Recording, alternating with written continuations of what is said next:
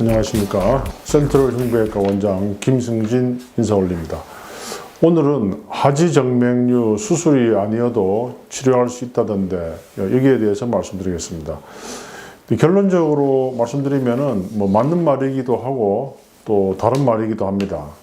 원래 세계의 큰 의학의 흐름이 두 군데가 있습니다. 하나는 미국이고 또 하나는 유럽입니다. 우리가 일제강점기 시대 때는 좀 우리나라의 의학이 특히 현대의학에 있어가지고는 독일 영향을 많이 받았죠. 그래가지고 일본이 왜냐하면 독일 쪽하고 또 관계가 깊었잖아요. 그래서 근데 해방 이후에 그때는 미국 교과서도 전부 미국으로 저도 의과대학 다닐 때 주로 영어 원서를 공부 많이 했는데 요즘은 거의 우리나라 자체 내에서도 교과서가 많이 나오고 또 번역본도 많이 나왔지만 제가 다닐 때만 해도 거의 다 영어로 이렇게 다 읽었습니다. 그래서 수업도 쭉 원서를 쭉 읽어 나가는 위주로 그 덕분에 이렇게 책을 아무리 두꺼운 거 보는 것도 두려움은 없었는데 여하튼 그런 영향으로 인해 가지고 우리나라 의학은 독일 유럽 계통하고 미국 계통을 최근 100년에 있어 가지고 둘 다 경험을 깊게 했죠. 특히나 요즘은 미국 쪽에 있어 가지고 더 훨씬 더 우리가 결과가 깊습니다. 특히나 또 소화기 계통에 있어 가지고는 우리나라가 훨씬 더 미국보다 앞서 있는 면도 있어요. 왜냐하면은 이 위암 같은 거는 워낙에 우리나라에 환자가 많잖아요. 그래서 또 위암의 수술 성공률은 오히려 미국보다 더 우수하다는 논문도 많이 나오고요.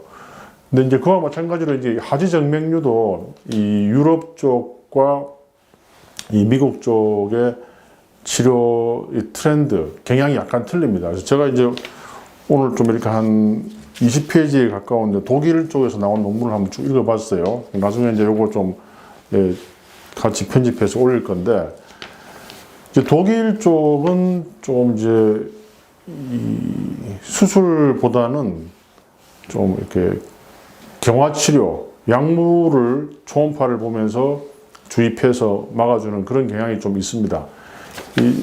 그림으로 좀 설명을 드리는데, 이 하지정맥류는 크게 이 앞쪽에 있는 대복제 정맥과 종아리 또 뒤쪽에 있는 소복제 정맥 그 두 가지 역류를 막아주는 게 기본이잖아요. 근데 이 역류를 막아주는 게 크게 수술이 있고 또 두 번째 이 약물이 있습니다.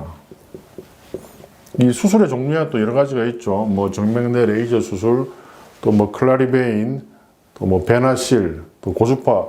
근데 결국은 다 이거는 막아주는 거예요. 또 요즘은 또 권하지 않지만 옛날에 이걸 직접 칼로 제거를 했죠. 두 번째, 약물은 초음파를 보면서 이렇게 주사 바늘을 통해서 약물을 주입해서 이 혈관을 막아주는 거예요. 원리는 다 같습니다.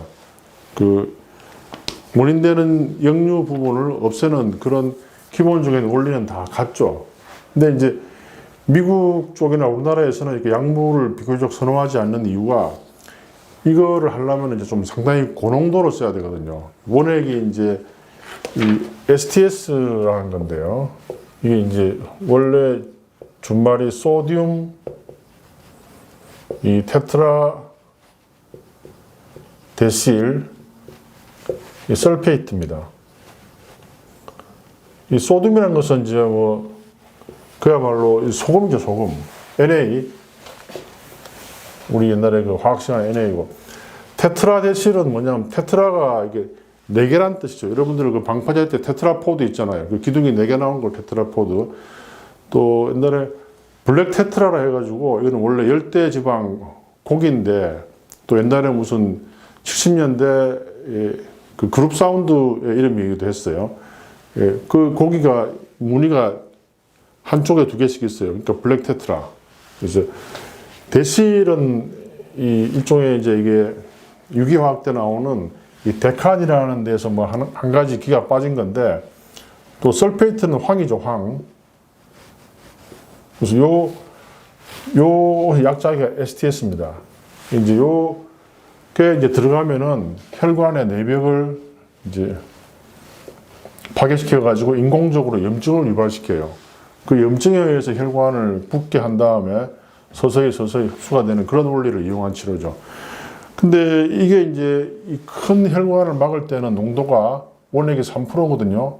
이 3%까지 쓰라고 되어 있는데 이게 만약에 이제 심부정맥으로 넘어갈 경우에 이 치명적으로 이제 이 DVT를 해가지고 이 심부정맥 혈전증을 유발할 수가 있거든요. 물론 이제 이 생길 확률은 0.01% 아주 드물지만은 그런 아주 거의 안 생기는 확률에 또 굉장히 치명적으로 나타날 수가 있기 때문에 미국이나 우리나라에서는 별로 이렇게 선호하지가 않습니다. 물론 이제 작은 혈관, 이제 이 심부정맥과 관계없는 이제 그러니까 수술 후에 수술은 주로 이제 대복제 정맥과 소복제 정맥을 막아주는 거잖아요. 그 이후에 이제 가지 정맥 조그만 것들은 물론 이제 이렇게 치료를 할 수 있습니다. 그렇지만 이 치료의 농도도 교과서에는 뭐 0.3에서 0.5%라고 하지만은 제가 쭉 연구를 해보니까 0.1%를 해가지고 이 거품을 만들어서 치료하거든요. 이 거품을 만들어서 이렇게 치료해도 충분히 문제가 없이 잘 막혔어요. 이게 왜 중요하냐면은 0.1%에서 올라갈수록 이 피부 이 괴사가 굉장히 많이 발생해요. 이건 반드시 피해야 되는 거잖아요. 제가 이제 이 한 자리에서 한 16년 동안 2007년도부터 했으니까 한 16년째죠. 이런 경우는 뭐 제 기억에는 없습니다. 근데 제일 조심해야 될 게 이게 실수로 이 경화제가 동맥에 들어가는 수가 있어요. 그럼 큰일 나죠. 교과서에 보면 뭐 다리 전체가 다 썩는 것도 있는데 그런 경우는 참 거의 드문 경우지만 그 정도로 조심스럽게 해야 되고 특히 또 이 주사 경화 치료를 해서는 안 되는 경우가 몇 가지 있는데 제일 경우가 이제 흔한 경우 알러지죠. 또 두 번째 이렇게 심장에 이렇게 구멍이 난 분들은 들어갔다가 이게 동맥으로 빠지는 수가 있거든요. 그런 건 이제 피하셔야 되고 또 임신을 하실 경우에는 또 안 됩니다. 꼭 해야 될 경우 또 임신은 뭐 아예 하면 안 되죠. 그 당시에 또 이게 기형을 유발할 수도 있다는 뭐 확실한 건 아니지만 그래도 만약에 대비해서 임신 때는 쓰지 말라고 되어 있고 또 이 수유 젖을 먹일 때도 가능하면 그게 또 젖에 나올 수가 있기 때문에 꼭 써야 될 경우에는 적어도 한 3일 이상의 간격을 두라 그렇게 되어 있습니다. 그래서 뭐 여러 가지 일부 병원에서는 뭐 일부 보도 신문 기사를 제가 봤는데 역시 이 정맥류의 근본 치료를 위해서는 수술을 하는 게 제일 일반적인 방식이고요. 미국과 우리나라에서는 유럽은 아까 말씀드렸다시피 조금 틀릴 수 있지만은 작은 혈관 쪽의 치료를 위해서는 경화 치료를 할 수 있지만은 역시 주로 메인 큰 부분의 치료에 있어 가지고는 수술을 해야 한다고 저는 생각합니다. 오늘은 여기까지 하겠습니다. 감사합니다.